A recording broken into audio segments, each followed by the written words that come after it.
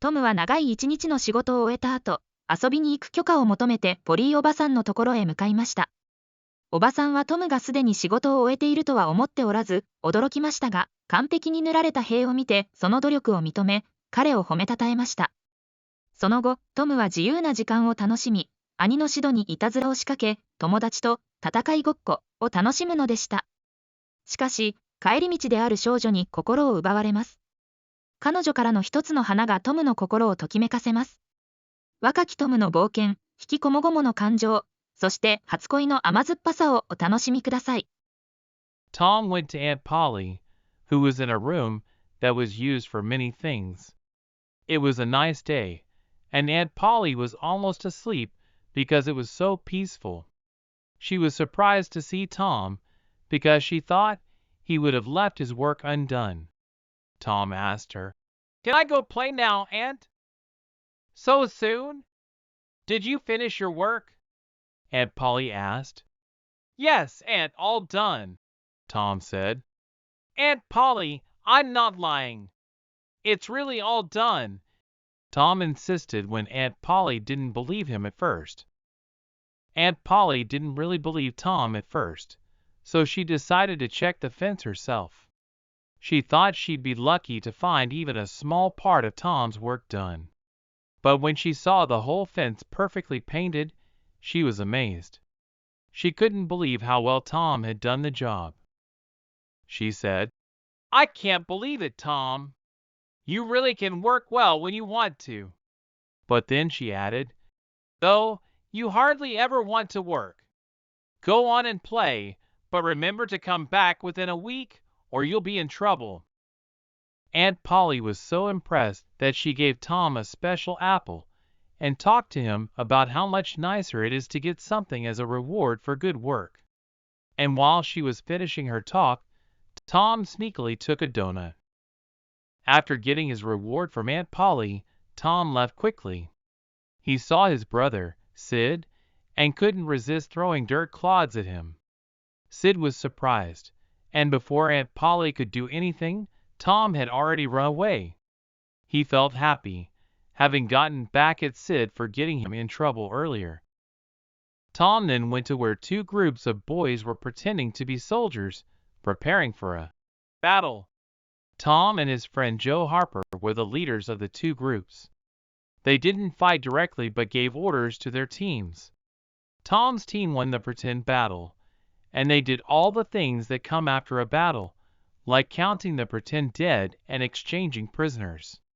After deciding when they would fight next, the boys went home, and Tom walked back alone, feeling good about his day. While walking home, Tom passed by Jeff Thatcher's house and saw a new girl in the garden. She was very pretty, with blue eyes and yellow hair. Suddenly, Tom forgot all about Amy Lawrence, a girl he thought he loved very much. Just a week ago, he felt like the happiest boy because of Amy. But now, after seeing this new girl, he didn't even remember his feelings for Amy. It was as if those feelings were never really strong to begin with. Tom admired the new girl secretly until he noticed she saw him. Then, he started acting silly, trying to show off and get her attention. He did all kinds of wild and funny things, hoping she would find him interesting. However, while doing his tricks, he saw she was heading inside. Tom felt sad and leaned on the fence, wishing she would stay outside a bit longer. Just as she was about to go inside, she looked back and threw a pansy over the fence to him before she disappeared. This small act made Tom feel much happier. Tom acted as if he hadn't seen the pansy at all. He pretended to be interested in something down the street, shading his eyes with his hand. Then, he started playing with a straw, trying to balance it on his nose and moving closer to the flower. Eventually, he stepped on the pansy, picked it up with his toes, and quickly hopped away. He only disappeared for a short time, just long enough to secure the pansy inside his jacket close to his heart. Tom wasn't exactly sure about the correct anatomy, but it didn't matter to him. He just wanted the flower close. Tom stayed near the fence until night, hoping the girl saw him showing off. He finally went home, daydreaming about her at dinner. Tom was very happy, making his aunt curious. He wasn't upset even when she told him off for throwing dirt at Sid. He tried to take some sugar when his aunt was looking and got told off. Tom said, "Aunt, you don't tell off Sid when he takes it." His aunt answered, "Sid doesn't bother me like you do. You always try to get the sugar if I don't watch you." Sid, feeling safe, tried to get some sugar when their aunt left the kitchen, but he accidentally dropped and broke the sugar bowl. Tom was secretly thrilled but decided to stay quiet, thinking this was his chance to see Sid get in trouble. He imagined telling his aunt it was Sid, not him, who broke the bowl. However, when Aunt Polly returned and saw the mess, Tom expected Sid to get scolded. Instead, Tom found himself being blamed and getting a telling off. He protested, "Wait, why am I being punished? Sid broke it." Aunt Polly stopped, confused, and Tom hoped she would realize her mistake. But after a moment, she simply remarked, "Boom. Well, you probably deserved it for something else you did when I wasn't looking." Aunt Polly felt guilty and wanted to say something nice to Tom, but she thought it might seem like she was admitting she was wrong, which she felt she couldn't do. So she stayed quiet, feeling upset about the whole situation. Tom, feeling hurt and misunderstood, withdrew into himself.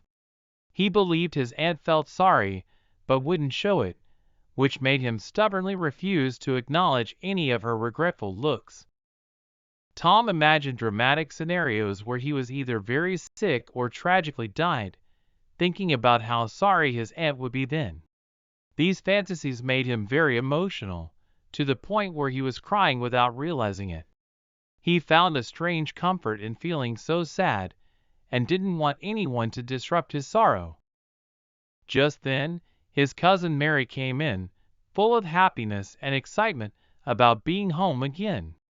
Her cheerfulness felt so out of place to Tom that he left the room, seeking solitude to continue indulging in his sad thoughts, while Mary brought a brighter mood that contrasted sharply with his own.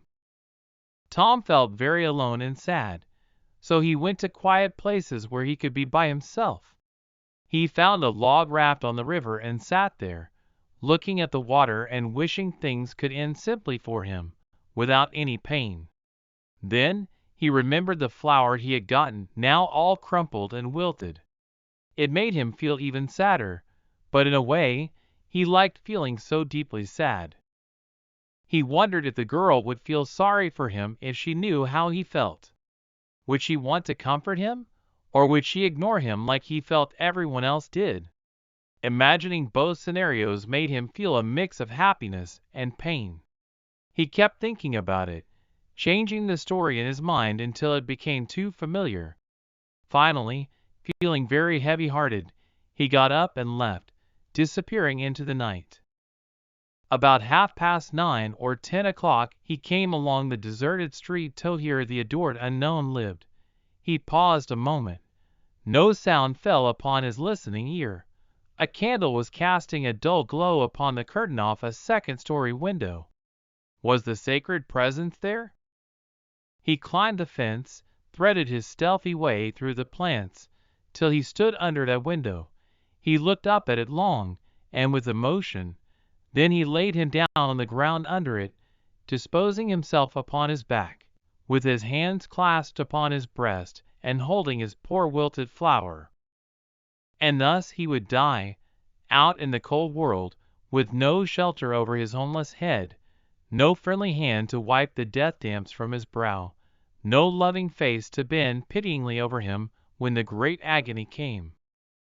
And thus she would see him when she looked out upon the glad morning, and oh, would she drop one little tear upon his poor, lifeless form, would she heave one little sigh to see a bright young life so rudely blighted, so untimely cut down? The quiet moment was abruptly ended when a window opened and a maid's loud voice broke the silence, followed by a splash of water soaking Tom completely. Surprised and gasping for air, Tom quickly got up.